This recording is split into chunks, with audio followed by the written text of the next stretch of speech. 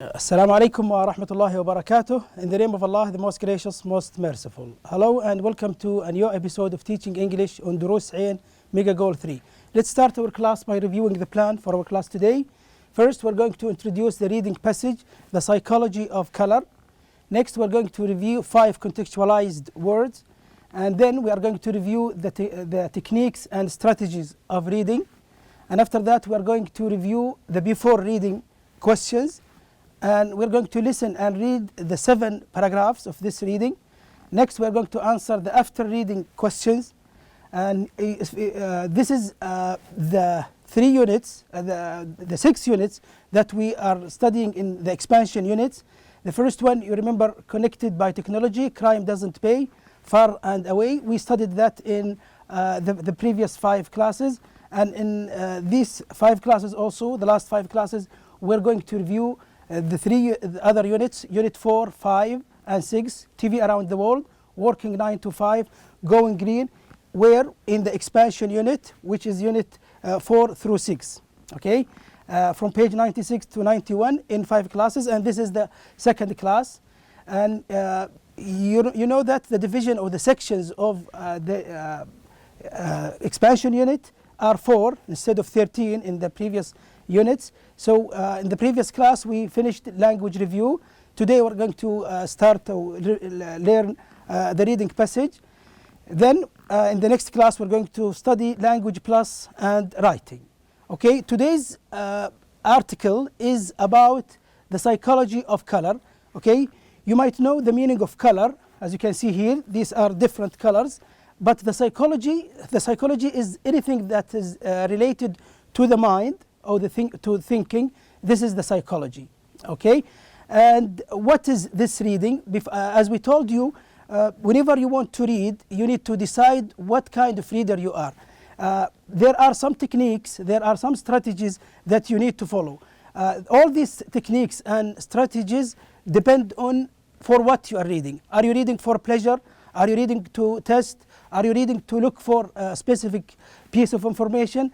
This is what you decide, and also you need to decide what are the best techniques that you need to follow. First of all, you need to decide or to look at the title, because the title gives you a general idea about what this article about, and also you need to know how long this reading is and the time if you are testing. Okay, the time that is limited for you, because it is very important to manage your time very well, because you will need to answer all the questions if you are answering a test. Okay, so this reading is an essay. What is an essay? An essay is an article that contains plenty of paragraphs, many paragraphs. Like here in this article, we have 7 paragraphs. And how many lines? We have 27 lines. And it is in about 500 words. Okay, so this article is a bit long article. As you know, it is in 7 paragraphs, and you know that if you want to get a general idea about what this paragraph is about, you need to read the introduction, the first paragraph, because as we said earlier, the first paragraph is an introduction, and the paragraphs that follow this introduction are considered or are called the body paragraphs. And the last paragraph of this article is considered as a conclusion. The writer, you will find that he gives his opinion or his perspective about what is he writing about in the introduction and in the conclusion. But in the body paragraph, you will not find any opinion or perspective of the writer himself. So by this, when it comes to you to write later on, inshallah, you will follow the same rules, because in writing there are rules that, especially the academic articles, you should follow these rules. So your opinion, your perspectives, what you think about, your feelings should be only allowed in the introduction and in the conclusion. But in the body, you will just have facts or information about what the writer is trying to support in his idea, because he will give an idea in the introduction and he will conclude it in the conclusion, and by this he is allowed to give his opinion. Also, there is something very important to know. Each paragraph has 3 sections, and we talked about the sections of the essay, but the paragraph also itself has 3 sections. The first sentence is a topic sentence where the writer gives a general idea about what he's going to tell or what is he going to support in from idea, or what is his main idea of the paragraph, and after that he or she starts writing supporting sentences where he or she defends their ideas or his ideas or her ideas. And the last sentence in this paragraph is considered as a conclusion, where the writer concludes his idea about this topic, or the topic sentence that he mentioned in the very beginning. Okay, there is another strategy which is very important also. Before, if you are reading for a test, like you as students, if you are testing in like this reading, and you are reading a text just to answer some questions, it is one of the techniques to go to the questions and look at the keywords and look at the information that is needed for this reading. By this, when you come to reading and when you meet one of these pieces of information needed for answering the question, you will find it easy to go back to your question and answer it. And also it helps you to build a general idea about what the article, what the essay is about. Now this is the section of before reading. Let's read the questions so that we can build some ideas about this article.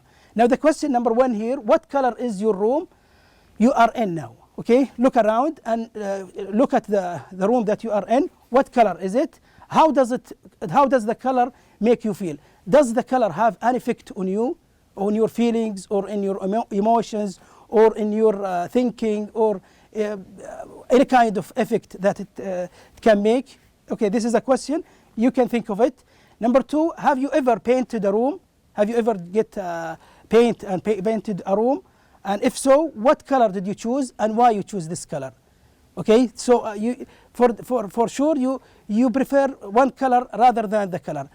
Have you ever asked yourself why I prefer this color rather than that color? These are the questions that will be answered in this article. Okay. Also, we have another question that is going to be after reading question about vocabulary. Okay, so you have separated words like this, like vibrant, okay, tendency, associate, tranquility, morning, and represents. You might not know what these words mean, so this is very important. If you want to know the word, what the word means, you can look at it in a context, as we are going to practice in a while, inshallah. So it is very important to remember what these words are, and you underline them from the article, so that you can guess the meaning from the context, because it is very easy to guess. Like, let's take the 5th one here, like morning. What's the meaning of morning here? Okay, you know the word morning, that is the first part of the day, but that is different than the word that you know. So remember, when we come to it, you can guess the meaning, and it is very easy to guess the meaning because you are reading it in a text. So we're not going to answer this question. We will answer it after reading, inshallah. Okay, there are other questions also that you need to ask after reading part. Where do the colors blue and red appear in nature? Okay, it was this piece of information is mentioned in this article. Remember to find it out when you come to it, inshallah. Number 2, how do most people respond to the colors red and blue? When people look at the red and blue, usually people, how do they respond to it? How do they react to it? This is also answered in this reading, and try to get this information. Okay, what does the color white represent in most cultures? Okay, most cultures have some tendency or some ideas about a particular color. In general, most cultures, what do they think of the white? This is also should be answered. Don't answer from your own information or from your prior information, because you might find something different in the article. So this is very important to get the correct information from the passage. Okay. Number 4, why must a bride not wear white in China? Okay, the bride, the one who gets married, why doesn't she wear white. Okay, in China, brides don't wear white. You will find this, and you will find the reason why they don't wear white. Just put it in your mind so that when you come, you get the answer. Number 5, what does the color red represent to the Chinese? Okay, the Chinese think something different than our culture about the red color. What is it? Next, when do the Chinese wear red? When do they? What are the occasions or the occasions that they wear red? Okay, think of this, and you will get the answer from this reading, inshallah. Okay. Also, there is a discussion question that you need to answer also, but after reading. But prepare yourself for it, because when you finish reading, you're going to write information in the chart, because you will get some details about the effect of colors on psychology and on emotions and on other things and personality also. Use the chart to discuss colors and their effect on people in group, or you can do it alone also. What is the color? Okay, and when you decide what color, you need to answer these 3 questions. Where you can find it in nature, because each colors we have here is existing somewhere in the nature. How you feel about the color. What is the impact that this color makes on you? This is also very important to answer. What this color represents in your country. Okay, there is a general idea about this color. What does it represent? Does it represent like happiness? Does it represent purity? Does it represent lots of things? Okay, think of this and write for each color answering these 3 questions. Okay, now before we go, let's review 4 words like this one, vibrant. This is very important to know because it is mentioned in the reading. And as we said, it is very easy to guess the meaning through the text. So this word was mentioned in one of the 7 paragraphs, like now here. Let's read the example. Now imagine yourself in a vibrant red room. So vibrant red room. This word may be strange for you, you don't know it, but you know that it is an adjective which describes a red room. You can continue reading without knowing what this word means. So this is one of the skills that we need you to improve, inshallah. So it is clear that is an adjective. Vibrant means energetic, okay, or exciting and full of enthusiasm. So the vibrant room is the room that is energetic and full of enthusiasm, okay. Energized, if you describe somebody as energized, okay, it's taken from energy. If you know the noun energy, it is an adjective, as you know here. Let's read it in a text so that you can guess the meaning. Okay, you would feel calmer in the blue room and more energized in the red room. Okay, so you feel energized. That means you feel full of energy and eagerness. Okay, you feel strong and you feel that you are full of energy. Next here we're talking about behavior. What is the behavior?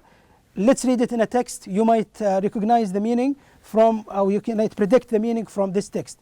Different colors can have different effects on mood and behavior. So some people have effect or have impact on them, on their mood and on their behavior also. What is behavior? It's a noun.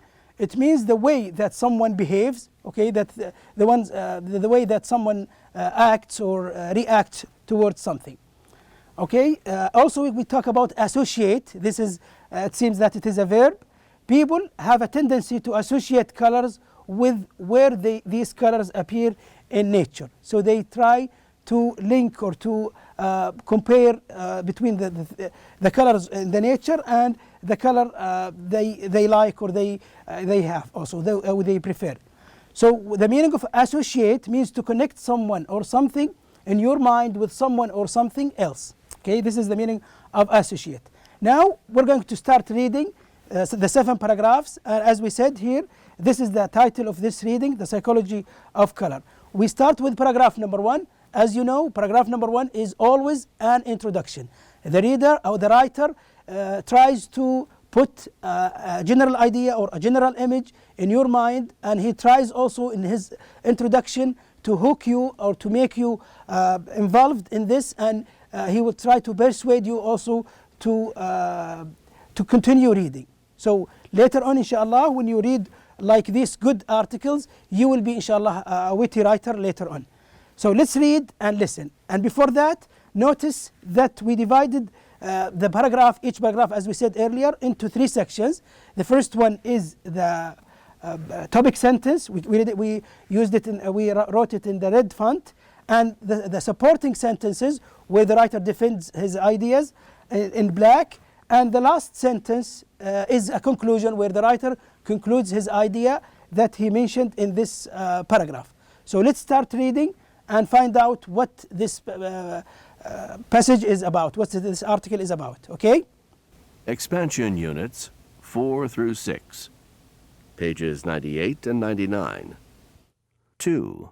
Reading. The psychology of color. I want you to imagine yourself in a room painted a light blue color. Now, imagine yourself in a vibrant red room. Do you think you would feel differently in each of these rooms? If you are like most people, you would feel calmer in the blue room and more energized in the red room. Why is this? Psychological studies have found that different colors can have different effects on mood and behavior. Okay. Okay, now you notice when we told you that the writer tries to put an image in your mind, it is clear that he mentioned here imagine, the verb imagine. So he wants you to imagine something, he wants you to be involved in this reading. So it usually happens in the introduction. Now we're moving to paragraph number 2, where this paragraph is talking about a particular color. Okay, so you will notice what color is he going to talk about and how he compares this color and what is he going to tell us about this color. Okay? People have a tendency to associate colors with where these colors appear in nature. So, for example, without realizing it, we associate soft shades of blue with the sky and sea. These associations make blue a calming color for most people. Asuka Obata runs a spa in Kyoto, Japan. All the walls of the salon are blue. Obata says, "It is essential that we create a sense of peace and tranquility. The color blue helps us achieve this." Okay, so it is clear now that this paragraph is only about blue. And this is also very important if you, like for example, you have a question that is a comprehension question, and it is talking about the blue color. It is very easy for you to find where the answer is by just going to this paragraph, so that the writers divide their ideas into paragraphs. So this is very important to notice because it will help you to answer questions like this. Now we're moving to another paragraph which is talking about red. So here, if you have a question about red color, you can go directly to paragraph number 3, which is one of the body paragraphs. Let's listen what he's saying about the red color. Red, however, is associated with fire and blood. So red is also associated with danger and vitality. The color red has even been shown to raise blood pressure. Adrian Vilas of Cordoba, Argentina, painted his office red.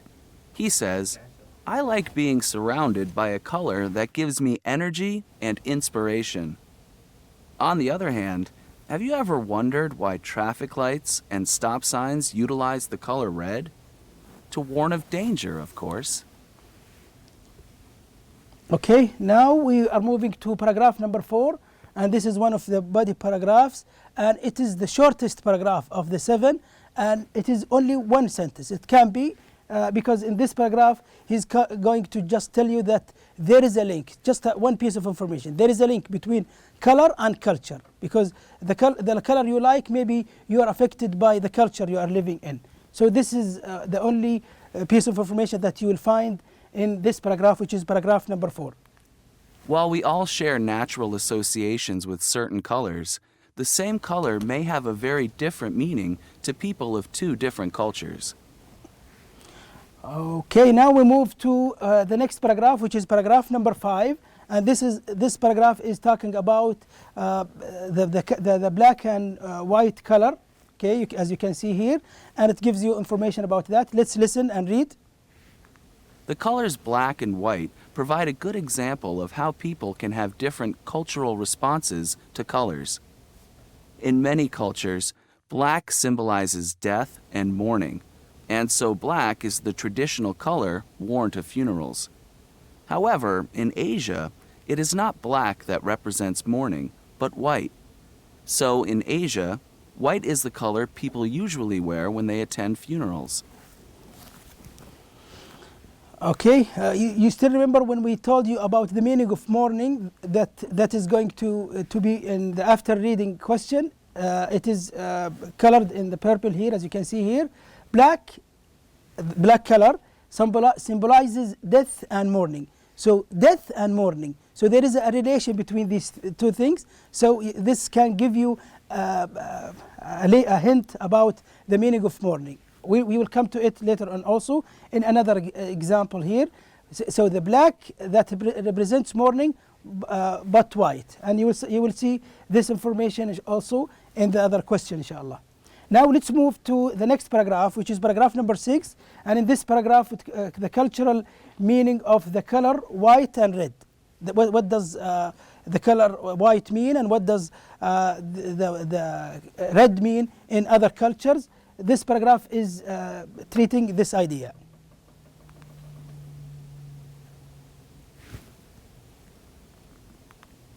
In most other cultures, far from being associated with funerals, white represents purity, innocence, and goodness.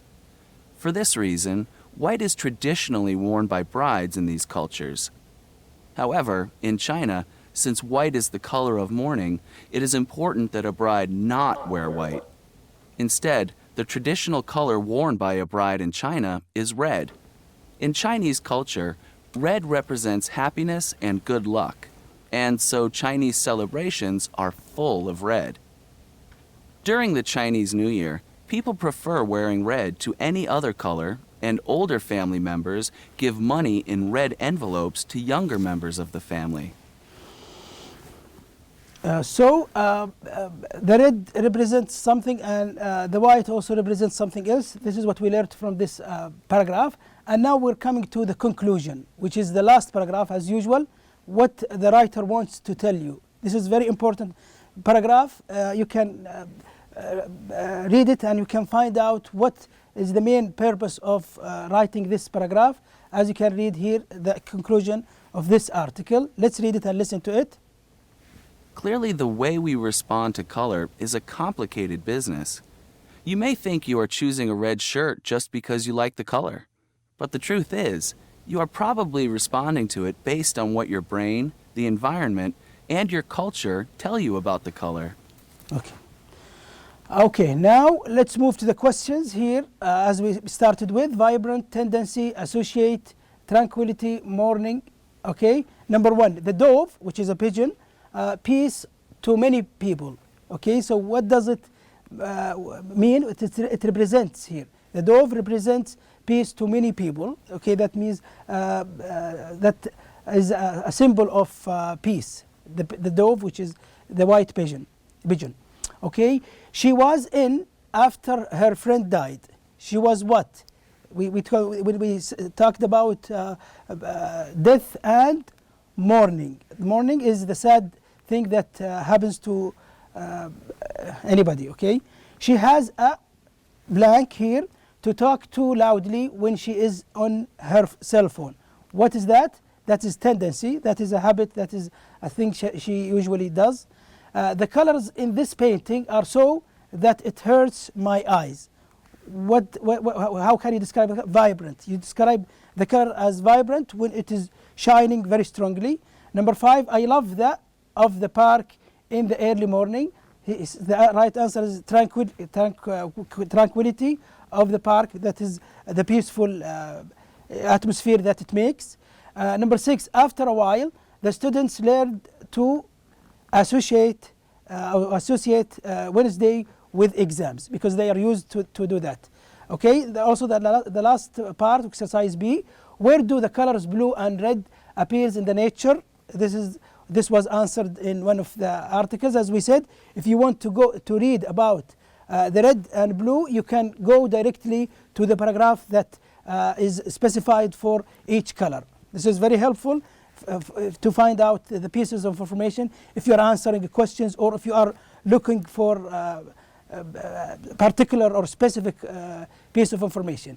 The color blue appears in the sky and the sea. The color red appears in fire and blood. Number 2, how do most people respond to the colors red and blue? Blue is a calming color, okay? Red is an energizing color. This is what most people think. What does the color white represent in most cultures? Okay, in most cultures, white represents purity, innocence, and goodness. Okay. Number 4, why must a bride not wear white in China? Why she doesn't wear white? In China, white is a color of mourning, of sadness. Number 5, what does the color red represent to the Chinese? And when do the Chinese wear red? In Chinese culture, red represents happiness and good luck. So this is the red color. And also people wear red to celebrate the Chinese New Year. This is according to their culture. And by this we come to the end of our class today. Thank you for watching and see you inshallah in our next episode. Goodbye.